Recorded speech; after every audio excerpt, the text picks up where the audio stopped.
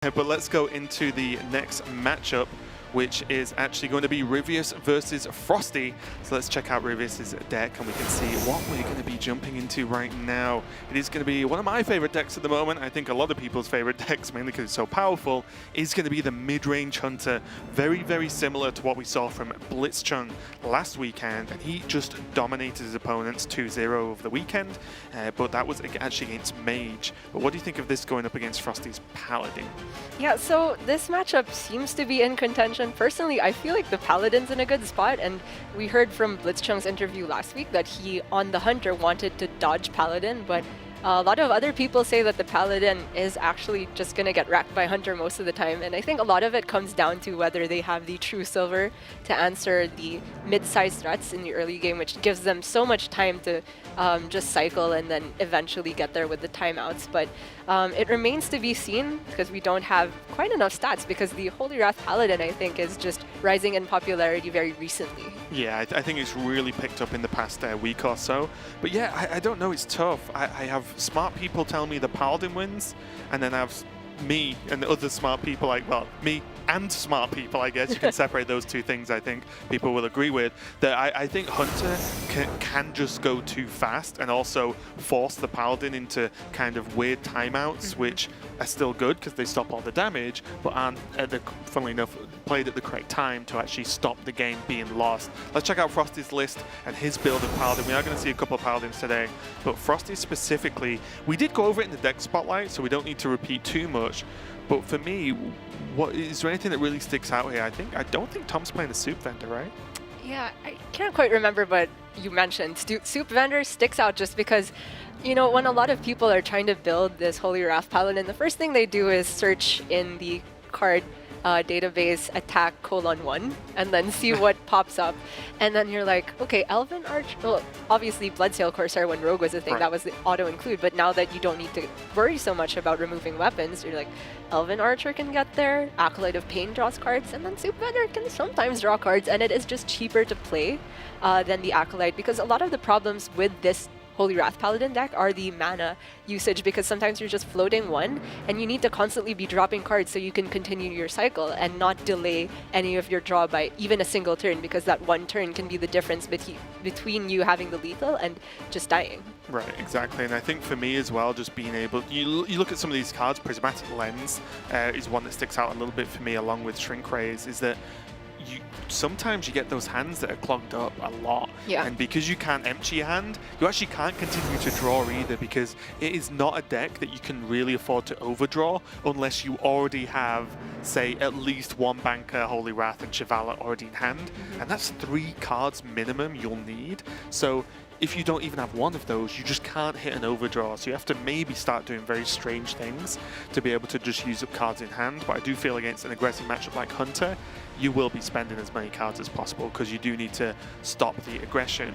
For me, though, I feel like I don't know the matchup well enough to have a super, you know, like, it's this percent. But it feels right now even.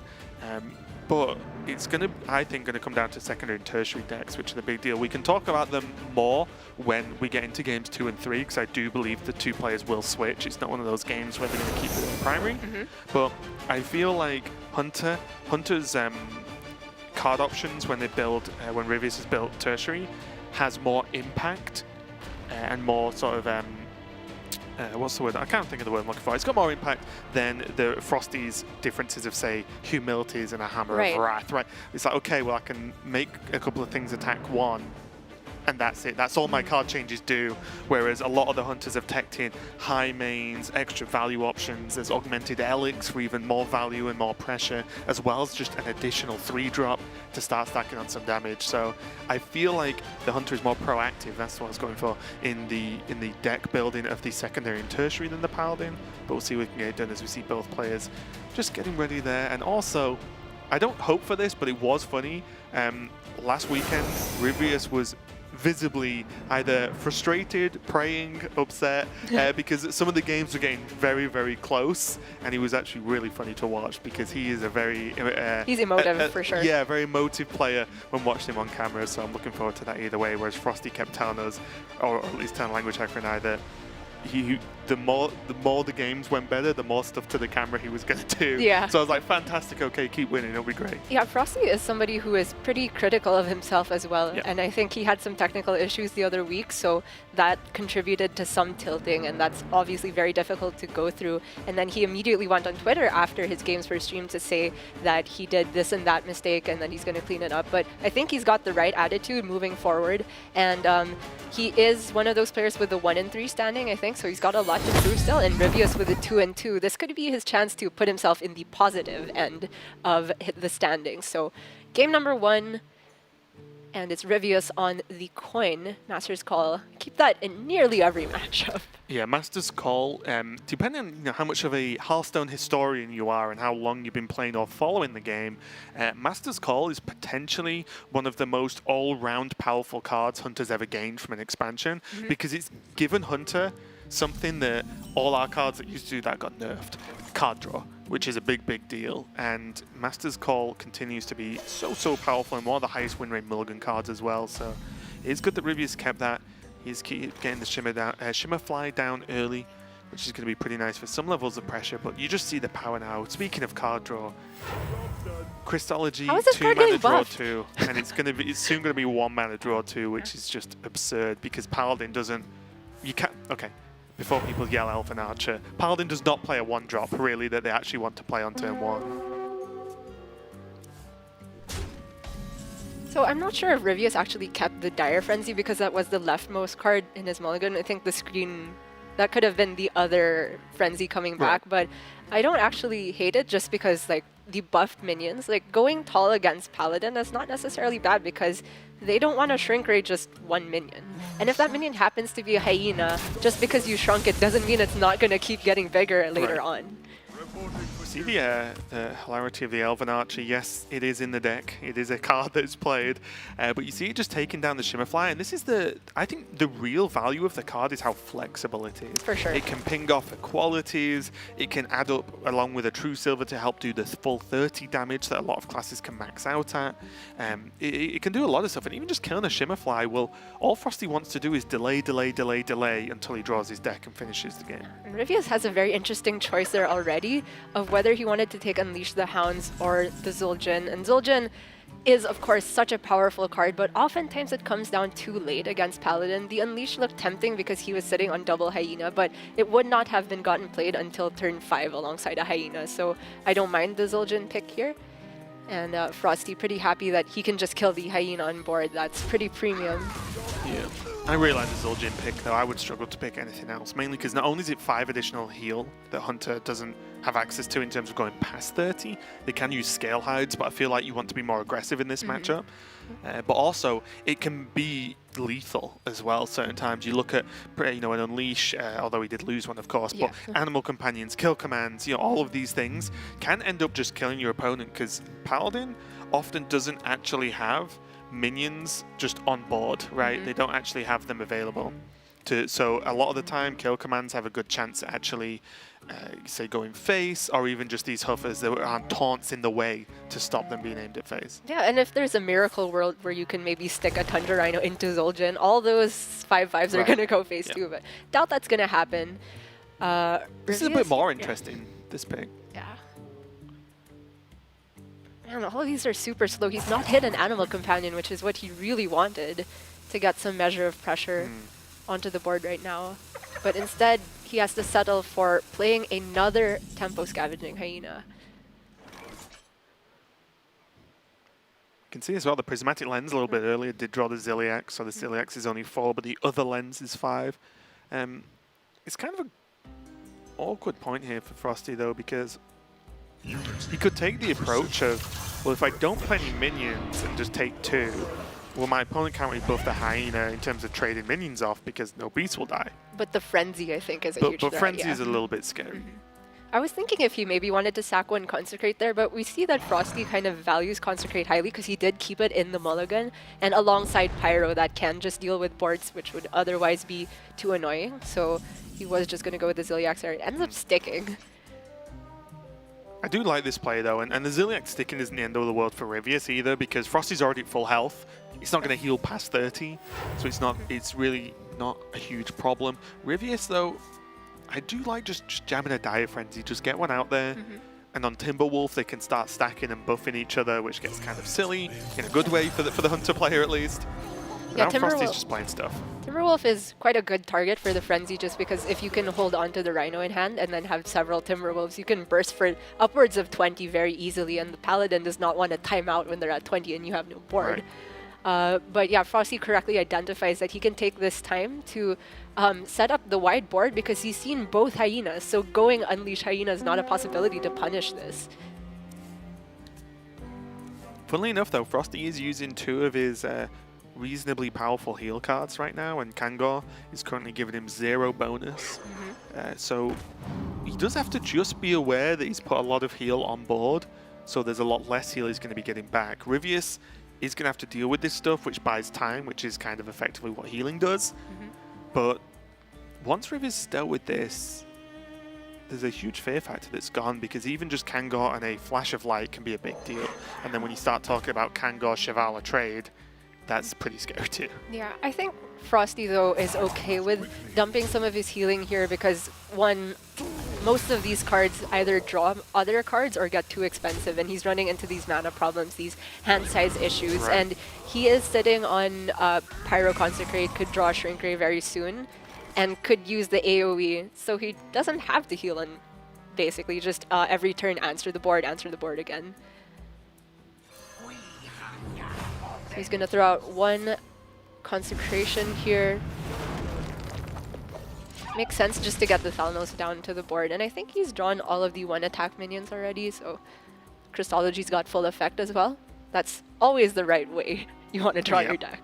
Also as well, just to know that Ryvius has gone below 25 now, or 25 and below, which means he is susceptible to that Holy Wrath Shivala combo. Of course, FroStee isn't there quite yet without having to just completely roll a dice on if he wants to shuffle in and go once he gets a banker. But realistically, Ryvius just has to be aware that if he takes 3 more damage without a Scale Hide, even Zul'jin doesn't save him. From just the instant kill, so he might want to start trying to get some value from this Scale Hide pretty soon. He does have that and a Dire Frenzy, and I definitely wouldn't hate it.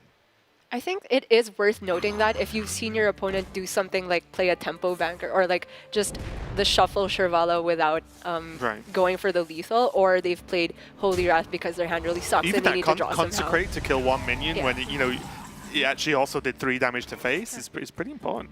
Yeah, but when you've seen half of the combo extended, then you can go for that idea of just staying above 25, and if your opponent goes for their Shirvala turns, then you just bust out the Scale Hides, and then suddenly they just can't kill you because they can't deal the 50 over 2 turns. But because Ryvius hasn't seen that, I think he's forced to still be the aggressor in this situation, even though he's quite far behind. FroStee's got 10 cards left in deck, Shirvala's quite cheap, and he's still sitting on at least 3 more card draw effects. He's still got another timeout in the deck. There's True Silver, which is a big deal as well. Weapons really are important in the game right now, because when, week 1, the players were running triple weapon removal. Fast forward to week 3, there's barely any weapon removal at all. So these weapons are just going to stick, and now FroStee can use his health, take down this Unleash the Beast minion, and just heal back up easily. If he wants or not, he is very safe at 25 right now. Yeah, and I think just getting the draw with the Soup Vendor while you can is really good. All he needs to do is make sure he sits on 1 mass removal for the Zul'jin turn, and basically after that, I think he's home free. So. Right. And look at the card count now as well. FroStee only down to 7-6 on the draw, of course. He can draw even more, as you mentioned, next turn, which means that FroStee's just getting there, and Ryvius, this game is not gone as quickly as you'd think. Yeah. So the Timberwolves, are those both 4/4s or? I want to say yes. So 1 is definitely.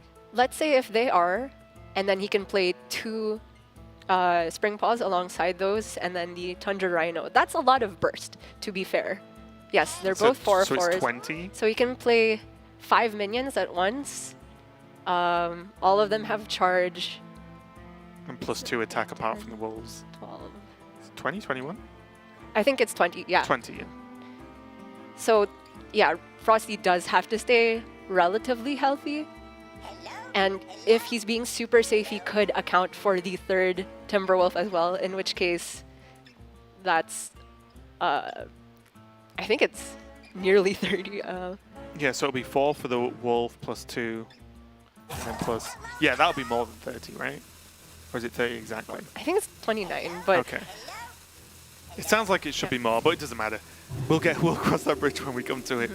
I do kind of like this timeout though, because you also, because of hand size issues and mana issues, even just timeout in it maybe not the most optimal time, it just might reduce pressure in the following turn, which means you don't have to play it the following turn as well.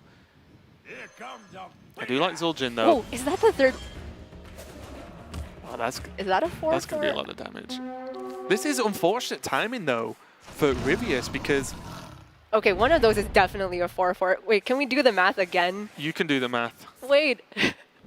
And then even if the other one isn't a 4/4, that's still a Timberwolf that does more than a. This is for sure 30 from hand, upwards of 30 from hand. I think once you go 4 Timberwolves. Yeah. With the die With the fences, Rhino. of course. Yeah. And the Rhino, it's enough. So therefore, FroStee is just dead if he doesn't time out again. He has it. Oh wait, he threw one out. So I think this now is I'm fine not sure though, if it's right? 30 again. No, because the difference here is like, does FroStee have another turn to just go shrink ray clear and hope he's not dead at 30, or does he have to time out this turn? This is the issue though. This is why I don't mind this from Ryvius, because one, his hand was full anyway. Oh wait, I think this is fine because he still has the other Holy Wrath in deck. He can't play a minion, Oh. right? Yeah, he's gonna be down by 1 draw, unless the last card is card draw 2. Oh no, yeah, he's fine. This is just because he'll always draw the last one. Yeah, he'll always deal the shuffle go. lethal. Yeah. And So the key there was FroStee yeah. not playing minions, because it means the scale hide couldn't have pushed Ryvius up more. And Ryvius, you know, 1 turn away. What can he even play? What can he even get? I have no clue. It was always going to be fine too because he was still sitting on a novice engineer. So yeah, definitely was smart of him to time out there instead of going for the shrink clear.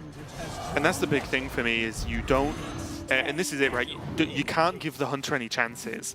If you can play a timeout and it doesn't lose you the game, you should probably play it a lot of the time. And we see the combo go off there, and FroStee does get a win. But as I said, I feel this matchup is very close, and that game was very close. Once you had those Timberwolves from Ryvius, it was so much damage. It was going to be absurd with that Rhino.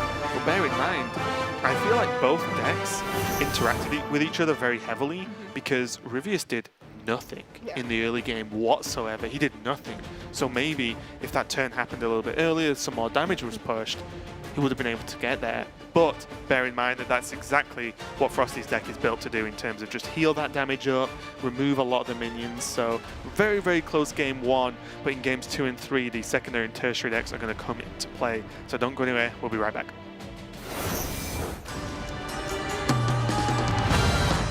I'm going to math out how much damage that was. That happened.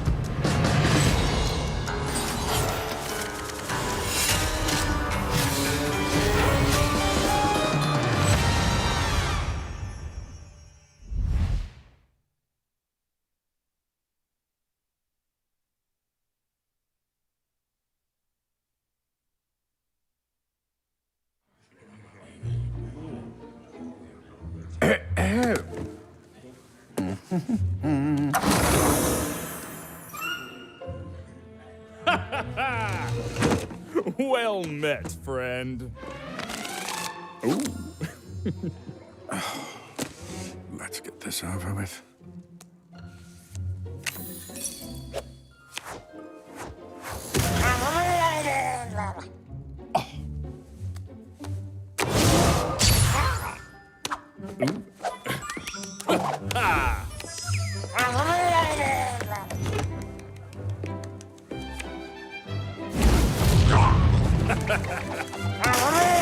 Ooh.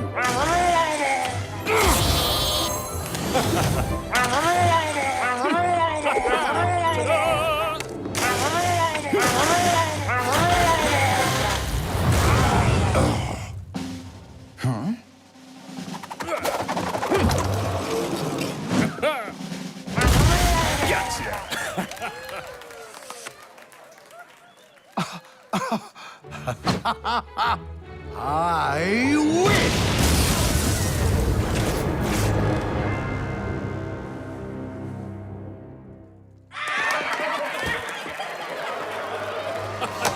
Oh, what an amazing game! Oh, well played!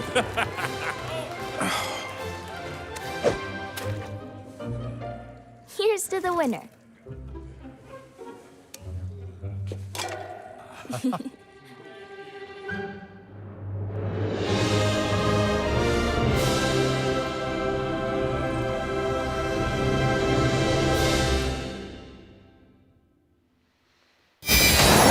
Versus Ryvius going on here, and it's the battle of the Holy Wrath Paladin versus the mid-range Hunter.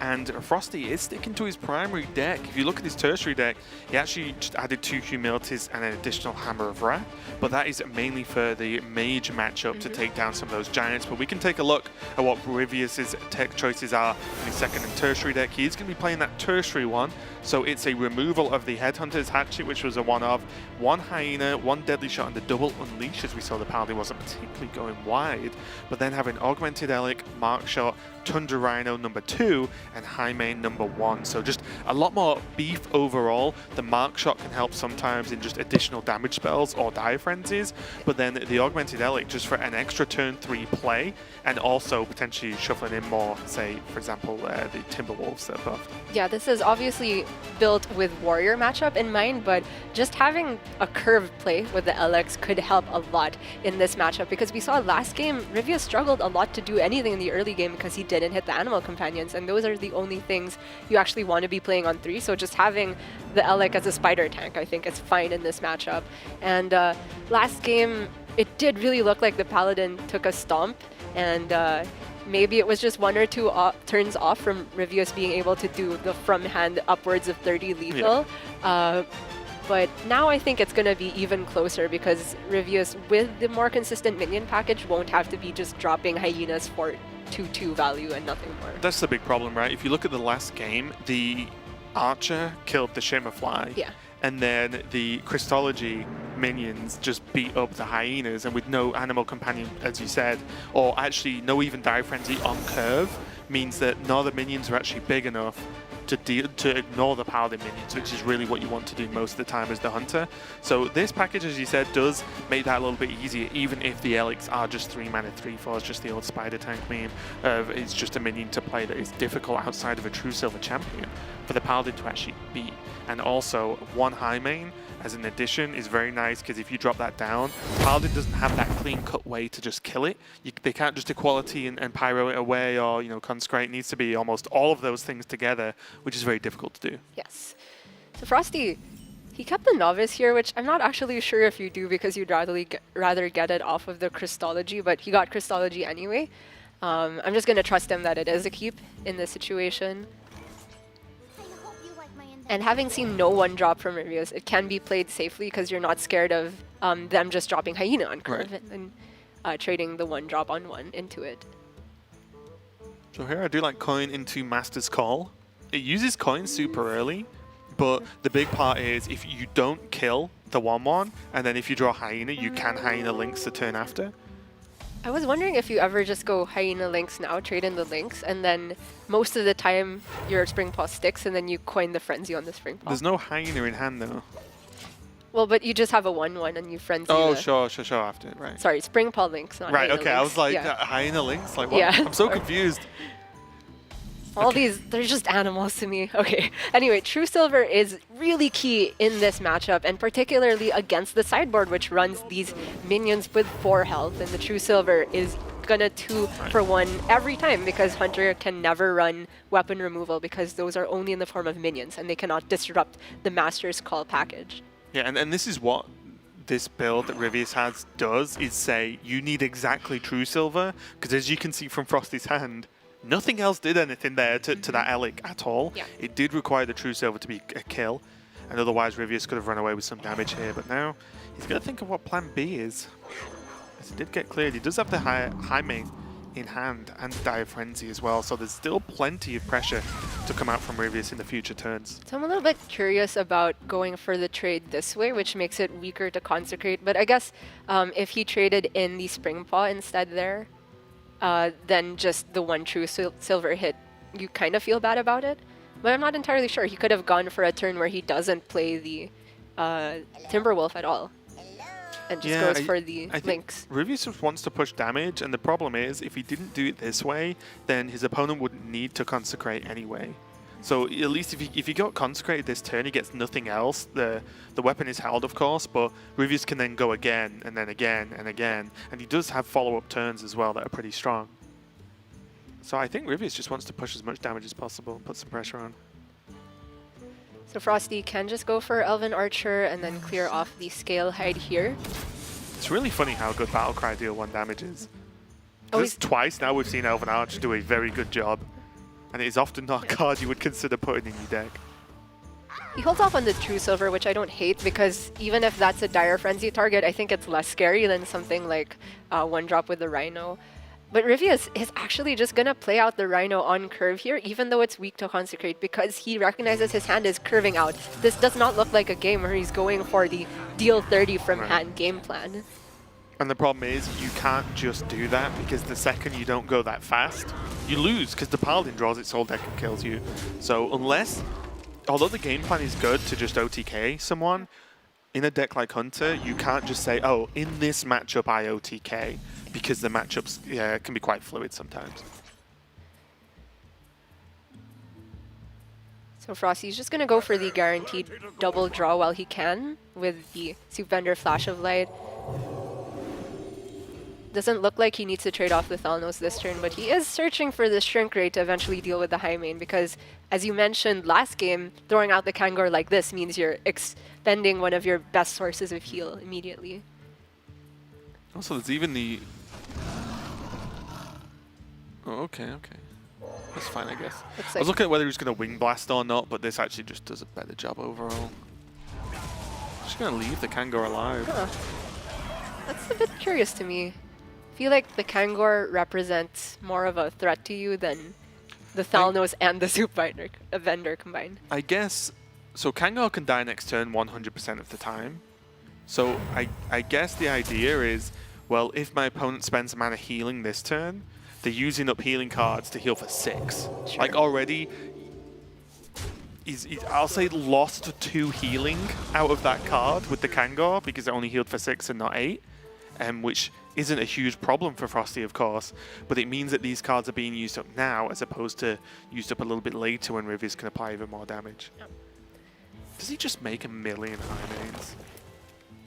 There's no way. Just chain high mains on the board every turn. That would be so sick. Oh, and he's got the other Rhino now too, so I think he would really rather have a 1-drop for the Frenzy, or just something that can go with the Rhino for burst out of nowhere. Stupid logic getting in the way of cool plays. How nuts would that be though if you dive frenzied the high main with the Elic and then you just kept drawing them and you just dropped a massive high main every single turn? Unfortunately for FroStee, still no Shrink Ray in sight here.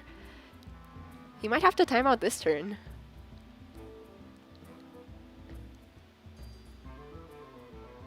You could go for the Equality Pyro play, but it's very awkward because you're leaving up the 2.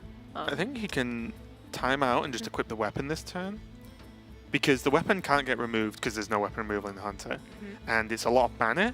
And also this means you can Equality swing Consecrate the turn after to actually pop the high main, completely clear the board, unless there's a second high main. But also Ryvius is only running 1. So this is the 1 high main in the deck that FroStee has to deal with. So I think I like just using this turn as a I'm spending my mana and not dying turn. It is very awkward though, because again you run into that possibility of if you're using a timeout, then that's one less timeout you have in case Ryvius has the 30 from hand. But I think because he saw Rhino, it's fine to use just this one timeout now, and then you take the next turn to clear, and then the turn after to draw. Oh, he's doing it this way. Okay. Oh yeah, softening up the high main now makes a lot of sense, because then he can go for Pyro spell into another spell and maybe not even necessarily have the equality.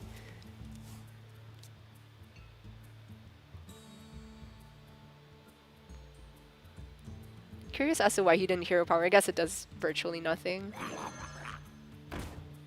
Oh, what it did was give a target for the scale height to hit in, so that was very smart actually to not hero power. Yeah, and the 1/1 doesn't make a good impact on the game for FroStee. There's a shrink rate too.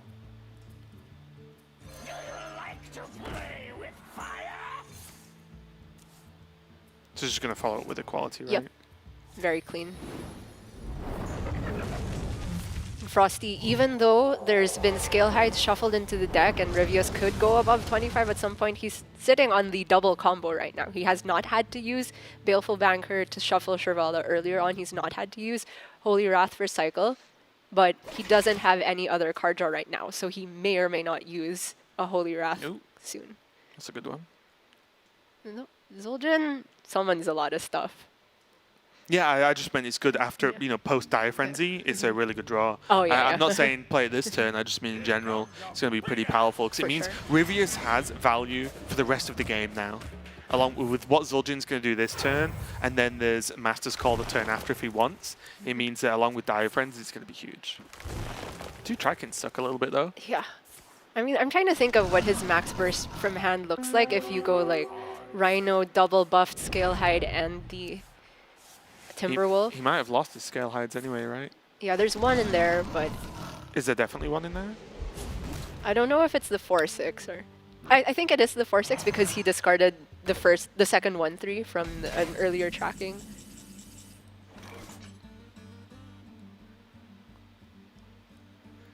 So now FroStee has to do it again and just clear off this board, or he can time out, of course, but I don't think he can get there because of the lack of card draw, so I think he has to clear this turn.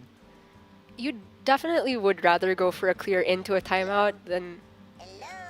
well, not necessarily, but I feel like the timeout keeps you safe from everything, whereas the board clear is not always saving you from lethal from hand. But he knows that the Dire Frenzy minions are not super threatening, right?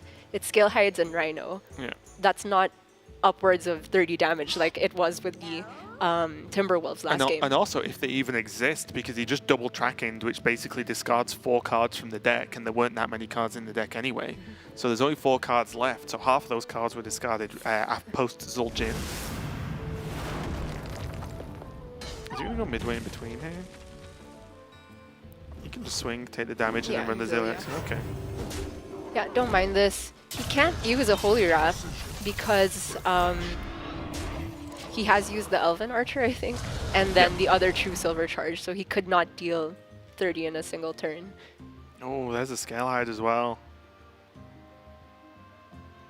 It's kind of funny as well, because normally you'd want to hero power down the Zilliax. But there's Ryvius. Okay, Ryvius is going to kill it, okay. I didn't know whether he was going to put a Scale Hide in. Because there's always a small worry that if there's no other minions, Scale Hide's like a whole turn delayed. He does have Rhino in hand though. Rhino double Scale Hide is huge. He goes for the Goblin Prank just because it's 2 mana deal 3 in this type of situation. Yeah, the turn you play it, it's either lethal or you just want the damage cashed in anyway. I just wonder if he should have held the Timberwolf. I realize he played the turn of Zul'jin so that he wouldn't overdraw, but it just would have represented so much more damage with the Rhino in hand and the double Scale Hides. So FroStee has access to Deck Tracker, of course. I'm not sure exactly what the cards left in deck are, but if one of them is card draw, he should feel pretty safe to time out this turn and then just be able to do the lethal. But I think he's used both Flash of Light, so that's not a thing. So if they're both not card draw, he would still have to find one more turn and then time out this turn after. He could also... Maybe not this turn. The problem is he can't go for the Shrivala Baleful because Ryvius is above 25 and he's threatening more heal with the Scale Hides. And he's used both True Silvers, right? So FroStee has to take 2 turns to do the 50 over 2 turns, basically. So, oh, it's tough, right? Because at first I was wondering whether you just Holy Wrath. Yeah. Just similar to the last game, right? Holy Wrath, and then your next turn you draw your last card and you win. But with the Rhino and the Scale Hides in hand, it would negate that turn. So it's actually super tricky. So I'm curious as to why he didn't just throw in the Pyro there. Obviously, he was scared of dying from 24 because of the threat of like Rhino and the Timberwolves, but there's no Timberwolf Frenzy. I wonder how much Ryvius would have had if he just had the Timberwolf in hand right now. And he could have gone like Rhino, double Scale Hide, Timberwolf, and he had 2 minions on board there. I guess in this world, with the minions being reduced down to 1/1, would have been what, 4 from the minions? This gonna hurt. Oh, it was just the 1 wolf, right? Yeah. Yeah, it would have been 18 or something, so not even close. So yeah, FroStee was just making absolutely sure. I think that's the issue, right? If you don't do it on 1-cost minions, then it is very difficult to actually stack up a lot of damage, just because you don't get the the compounding effect of the wolves on more minions overall. So what FroStee needs to make sure here is that he can fit the timeout either next turn and then make sure that the Shirvala he gets immediately from playing the first Holy Wrath is enough to keep him safe, or if he doesn't need to time out next turn, then he can just chill and then the next turn go Holy Wrath combo with the timeout. So that's why he held the Pyro, because I think he knew he had a Shrink Ray left in one deck. more clay. Yeah, so this works out perfectly for him. He goes Shrink Ray with the Pyro. Next turn he goes for 25 plus timeout, never dies, then he goes for another 25. And Ryvius can never heal enough with very few Scale Hides. Yeah. So this is just GG, I think.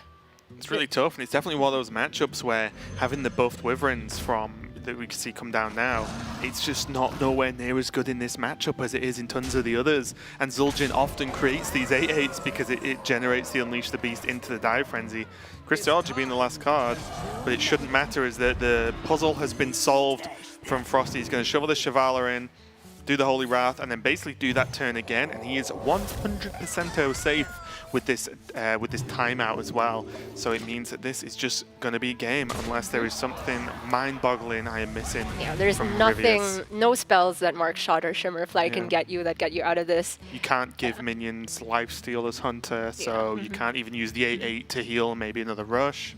As Paladin, you can try and get Eye for an Eye, but none of those secrets are available to Hunters. So. Oh, wait. Oh, this is actually it's a pretty beast. sick. Shirvala's a beast. You know what? I have literally never seen anyone do this. Oh my and god. It should be obvious. Wait, how much does he heal? I've never seen this. This is above 25 easily because there's 2 minions. Oh wait, only one Shirvala's drawn, right? Okay, I thought he would get both. But yeah, that's not... Yeah.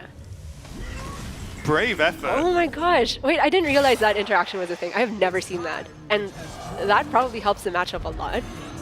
Yeah, it really does. I mean, Ryvius knows he's dead because he knows what cards exist in the combo. So that is going to be the lethal there. FroStee takes it, a bit of a smile and a nod there.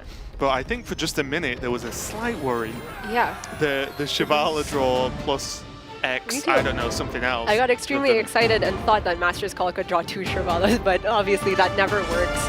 And now I'm kind of second guessing what I said about how much it actually helps the matchup, because if you expect somebody to go down to, what, 7 to 10 after your first Holy Wrath, if Shirvala can only heal for up to 10 at a time, then your second one just always gets there. So it has to be a combination of Shirvala with Scale Hides in hand, and you need to have left minions on board so they can rush into them. Well, then you start to look at a play like Timberwolf, for example, right? And like, you can squeeze one Timberwolf in for some extra damage as well. But no, congratulations to FroStee there, because, like I said, he's not been having the most fantastic run so far with only 1 win. I believe FroStee's here, actually. Yeah. FroStee, are you here? Can you hear me, friend? Can you hear me? Yeah, I can hear you. Oh, there we go. That's okay, cool. We can hear you now, which is always useful. So congratulations on the win. I just want to start off with straight away, because I think it's an ongoing discussion within the pro community.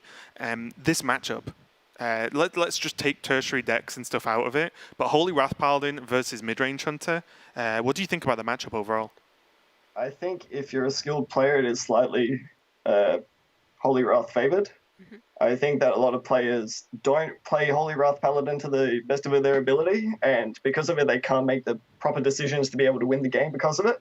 So if you're good, you should be able to win. Okay, very convenient coming off the person who's just won that matchup with Holy Wrath. So just a self-pat on the back. I like it, mate. Yeah, and I do think... What can I say? Do you think you've had a lot of practice on it, right, FroStee? You were taking those turns really quickly, and you knew exactly when to hold on to the timeout to be able to prevent Ryvius's 30 from hand. Were you aware that he had upwards of 30 from hand in game 1? I kind of figured it out because he was playing the game very slowly at that point, and I am very well aware that Hunter is able to play Dire Frenzy on a few Timberwolves and be able to 30 from hand. So I was kind of thinking at that point, well, there's only one real way that I lose the game from this point at a time, so I'm going to try to play around it as best as I possibly can. I'd seen as many Masters calls as I did from him as well, so I had to assume he had the combo, so I just figured, well, it's time to start playing around it, and we're going to just try to kill him. Yeah. And come on. Have you seen the Dire Frenzy onto Shirvala interaction very many times? That's the first time I've ever seen it. Yeah. I have. I lost to it once, and I had seen both Masters calls from him in that game, so I wasn't actually expecting it. So I was actually fully prepared to lose the game from that Masters call there, from the Dire Frenzy there, into Masters call on Shirvala and just get 20 health out of it. Well, I can't do anything now. I'm just dead. Yeah. Asia Pacific has been, I would say, very different from the other regions in terms of what's actually been submitted and played every week. I feel like we just have a completely different set of lineups than everyone else, and 0 mages this week as an example. I just want to get your thoughts on how's it been for you in terms of prepping within this region, and also, I guess on top of that for this week, why did you bring Holy Wrath Paladin overall? Well, specifically on the Holy Wrath Paladin, I actually expected to see a few more mages than we did this week, funnily enough. The grand total of 0 really did put a damper on my plans, not going to lie. You know, I was really hoping that there would be a few more, but you know what? I'll take a few mid-range hunters here and there. I think it's really interesting because a lot of the other regions can actually see APAC's deck submission before they have to submit their own lineup, so they can see what's happening within our meta and try to make a meta read based on what they think is good. And I think it's really strange because I think APAC is one of the purest metas. It's like we see from week to week as the reaction, you know, from there being all mages to no mages and that sort of thing. I think it's really interesting. It makes it very hard to prepare for just what people are going to bring. That being said, I'll go back to the Holy Wrath Paladin point and why I chose to bring it. I also knew that the other deck that a lot of people would bring would be Mid-Range Hunter, and I did feel very confident that I could play that matchup very well. I believe the only times where I've really lost to it a ton are something ridiculous like Cyberchip Tech getting like a Hecklebot pulling my last bank. Okay. Well, you know, I can't really play around that. Yeah, okay, well, good to know. And again, congratulations once more, mate. Good job. And we'll see you a little bit later this weekend. Congratulations. Thank you very much. Okay, so, you know, you heard it here. I guess FroStee is on the Paladin train. And he said, you know, he would have liked more mages, but he ended up with Hunter, and no complaints over there. Every time we see Holy Wrath Paladin, even though it's not going to face off against Hunter, I'm just going to ask the Holy Wrath Paladin player if they think it's favored. Just in that one matchup. Yeah, it's got nothing to do with the match you played, but what do you think about this? Yes, I just want more people in my camp, because I feel like every name you've mentioned is people saying Hunter is favored, but it's, I guess still them and I think Hunter's favored. Largely in contention, and I think that's what makes Grandmasters really interesting to watch, that going into week after week, people aren't completely solved or agreed upon on what actually is the best way to go about countering certain decks. Yeah, people can't even decide what the right thing is to bring, never mind how to play it. So that's what we as casters get the joy to try and explain to you week in, week out. But this is only match number 2 of the day. We've got plenty more coming up, so don't go anywhere. We'll be right back with some more Asia Pacific Grandmasters.